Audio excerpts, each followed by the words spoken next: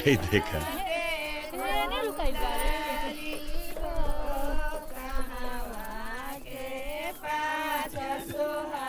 हे बबली, देखता चाय बनल बा कि ना? जी मामा जी। अरे मीता फोन बजाता है। अरे समधी जी का फोन। हाँ बात करा।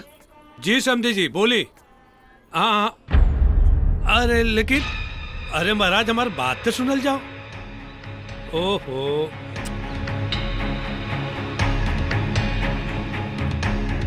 कहा भइल रे मीता? अरे ई कोनो बात भइल? न्योता कारी बट गए, नार्थ रिश्तेदार सब आ गए। अब कहता है लड़का लड़की के देखी का लड़का लड़की की पसंद ना करी तेकर मतलब यह तोड़ दिए का? चाचा जी चाय। तो हर बेटी तो खुदे चांद के टुकड़ा भी हो। किस्मत के बरियार होई उ ससुरा जकरा घर में ऐसन चांद जैसन हमर बिटिया जाई पुतोह बन के।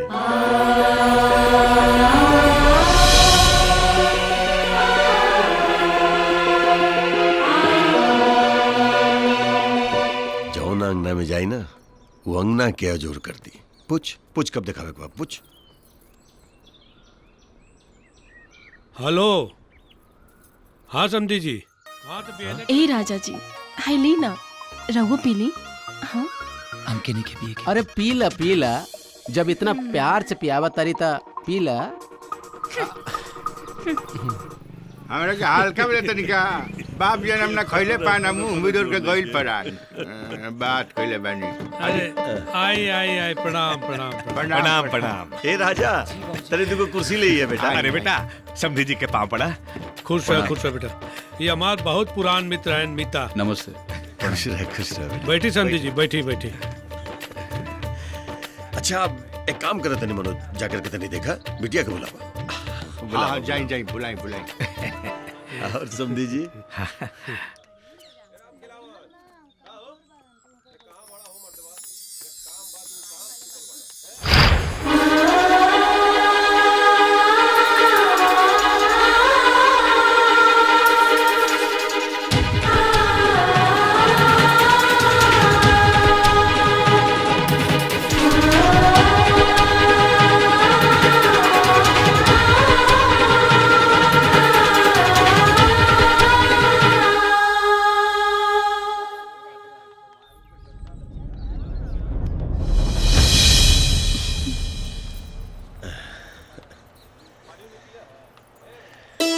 खुश रहा बेटा खुश रहा खुश रहा। नमस्ते।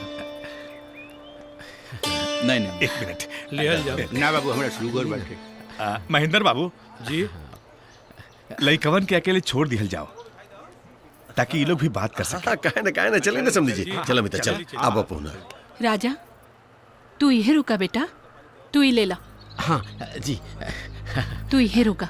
चला चला बबली तो यही रुक जा।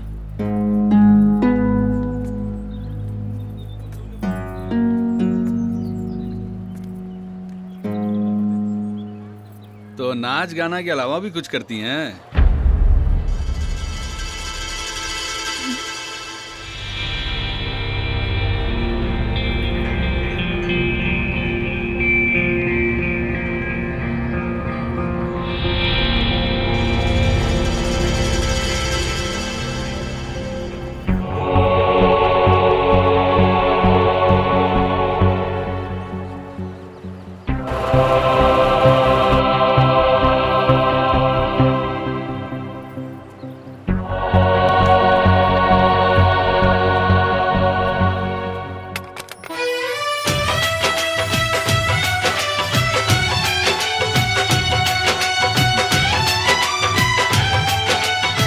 वैसे आपकी छोटी बहन भी काफी खूबसूरत है। समझी जी रहुआ जोन जोन बोलनी हम सब देनी। अरे मर्द का जबान और असूलों कुछ होला। महेंद्र बाबू इंजीनियर लड़का कोनो रोड पे नहीं छिटाइल। अरे एक से एक घर के रिश्ता आ रहल बा हमरा लगे। अरे वो तो हमार बड़प्पन बा कि हम खाली 4 चक्का मांगतानी। अरे बातों व्यवहार कुछ होला कि ना? अरे बात व्यवहार गइल तेल लगावे। हमार माल चोख दाम में बिके के चाहिए। अगर रिश्ता करे के बा तकार त देवही के पड़ी। देवही के पड़े मतलब जबरदस्ती बा का? एक मिनट मिता एक मिनट। तेरा बात करेगा सुनने के तो बात क्या करे ले। समधी जी, 1 मिनट थोड़ा कुछ बतिया लिया आपसे। आई। अरे बेटा जा जा जा, तू लोग जा, इसे बढ़न के बात है, जा जा जा जा तू लोग। हम आवत हैं।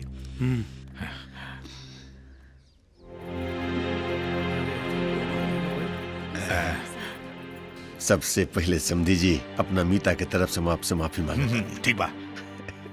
वो आज से ना, बचपने से ना अपन जुआन और रसूल के बड़ा पक्का है। अच्छा अब देखिए समधी जी, अगर कार शादी में रुकावट बना था ना, तो हम वादा करता नहीं आपसे, कार हम देव। हम देव कार। आप शादी की तैयारी खुशी खुशी करिए, आप बिल्कुल चिंता मत करिए, हम देव कार। ठीक बा। तई रिश्ता रौरे जुबान पे टिकल बा, लेकिन कन्यादान से पहले चर्चकवा के चाबी हमरा हाथ में चाही। महादेव बाबा के मंदिर में हम आपसे वादा करतानी कि कन्यादान के पहले चाबी और कार दोनों आपके सामने रही। बस समझी जी, एक गो आग्रह बा हमार कि केहू के बात पता न चले के जाए, खास करके हमर मीता के। हाँ? दीवारों के ना पता चली।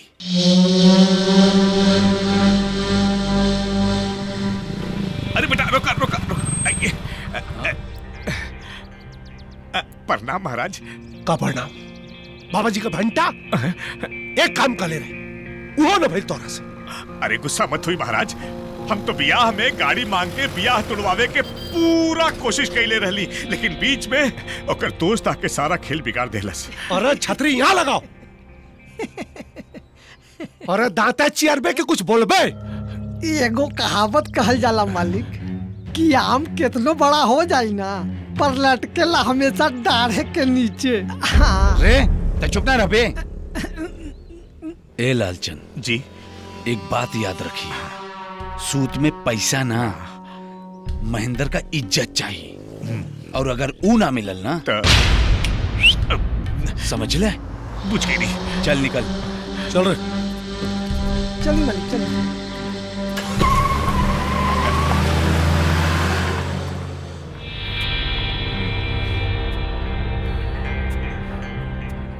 काहे गरमात रहन पापा? बेटा ई गरमात रहले हाँ कि सेरात रहले हाँ, एकरा से हमनी के कोनो मतलब नहीं के। हमनी के तो मतलब ई बात से बा बेटा कि हमार माल कितना में जाई। चल बेटा।